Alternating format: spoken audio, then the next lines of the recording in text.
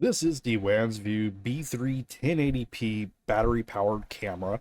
It is completely wireless. It has a built-in battery that's supposed to last, depending on how many motion alerts and sensitivity and all that stuff, it should be able to last you, I think it's 30 days or up to 60 days. But ultimately, that's going to really depend on how much it's actually triggered, how much you're viewing it on a camera or on your phone or whatever it might be. Uh, but there are other options as well. You can also hook up a solar panel to it, and you can have it completely recharge every single day and top off, which I'll show you that here in a little bit too, because I am going to use a solar panel that I have. But let's go ahead and we'll take a look at everything that's in the box here. We got our user manual. We have our actual camera here. And I do like that it's a little bit more compact compared to some of the other cameras that I have reviewed.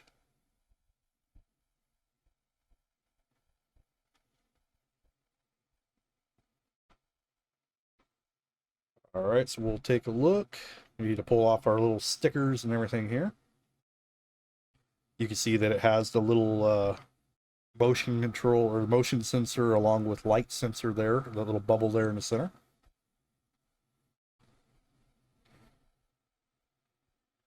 We have a speaker built in, so you could do two-way audio.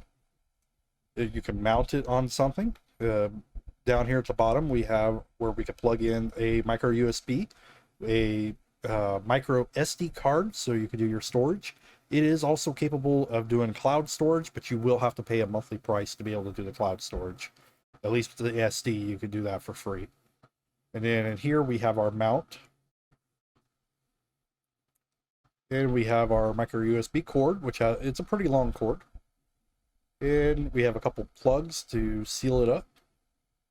We have some mounting anchors and everything if you need to mount it to some drywall.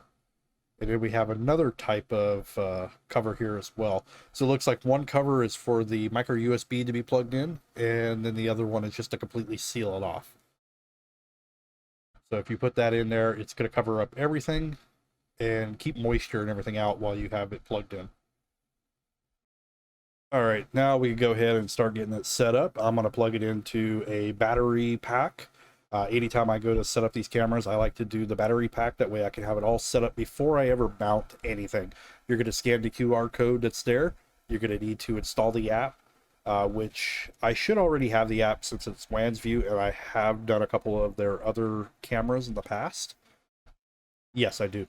So we'll go ahead and get that opened up. You just need to sign up, log in, do those different things. Once you're signed up, we need to add the camera, so you'll hit that little plus. You're going to choose the camera that's supposed to be on there.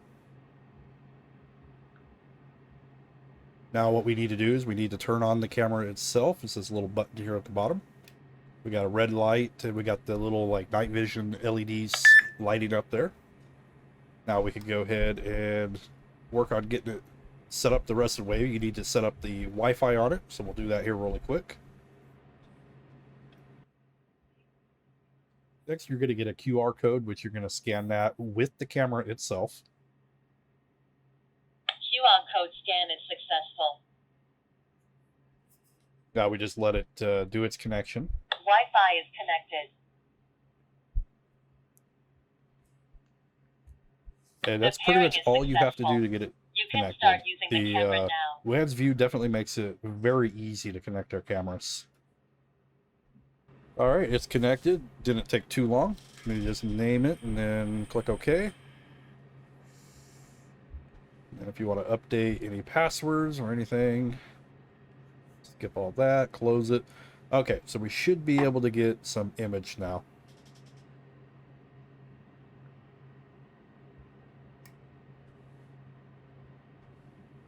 All right, perfect. We are connected. So the next thing that we want to do is we want to hook up the Alexa and everything, because it does say that it is Alexa capable.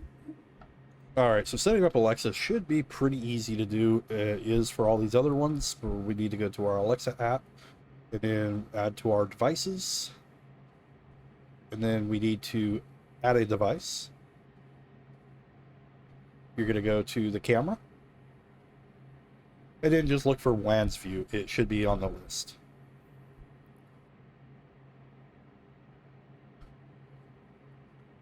There we go. Go ahead and do your quick search.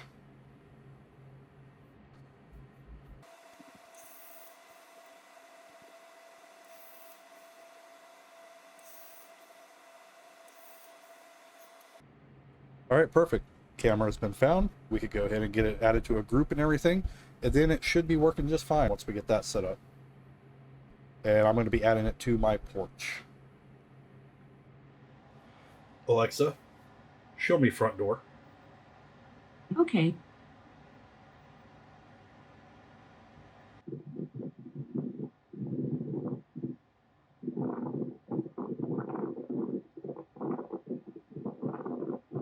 All right, and this is my setup. This is where I mounted it, and then I have a Realink solar panel. It's only about a 3-watt solar panel. I don't have a whole lot of sun that shines through here, but it still works a little bit. It's not going to charge it quickly, but it will help at least keep it topped up a little bit. And in a few days, we'll see how well it's still going. All right, in a daytime view, it's looking pretty good. The picture quality is pretty clear. Then we'll do a quick night vision test and audio. So this is a test of the night vision plus the audio.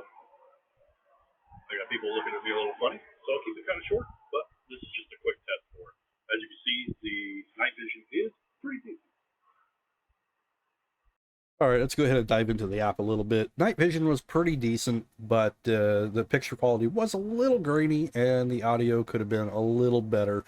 Daytime, it's definitely nice and smooth. Nighttime, you can at least see, and you can definitely figure out who's there at the door. You can definitely see my face and everything. But let's go ahead and take a look at the camera here, or the app itself. So you got the option where you could do manual recordings. You could do pictures. You could also do listen to audio and everything right through there. You could go and you could see the motion alerts. You could see all the alerts that's been recorded, and you can click on those and it will show you what the alert was. You could go to your memory card and you can see all the recordings there as well. You can kind of see myself in the background from doing the test there. We'll hop into the settings here and you'll be able to see what the battery percentage is. You can see what the signal is for the Wi-Fi, and then you got different options there where you can invite family members.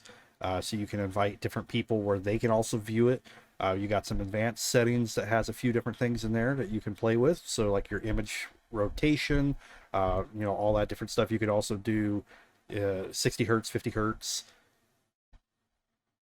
You could do your time zone.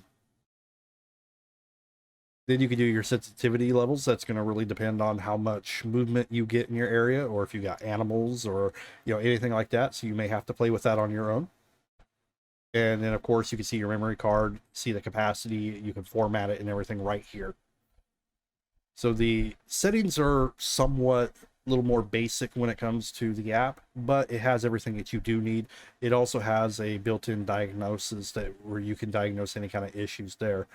But let me go ahead and I'll fast forward to a few days later and we'll see how everything's still going. All right, so it's 6 days later now. You can see the date shows the 29th on here. It was the 23rd for previous recording. It's still going very strong. It hasn't died. The solar panel is not really doing a whole lot of charge to it because it is in a horrible spot, but it has been able to keep it going at least. I may need to consider moving that panel a little bit because it is still slowly, very slowly draining. So after a longer period of time, I'm sure it will die.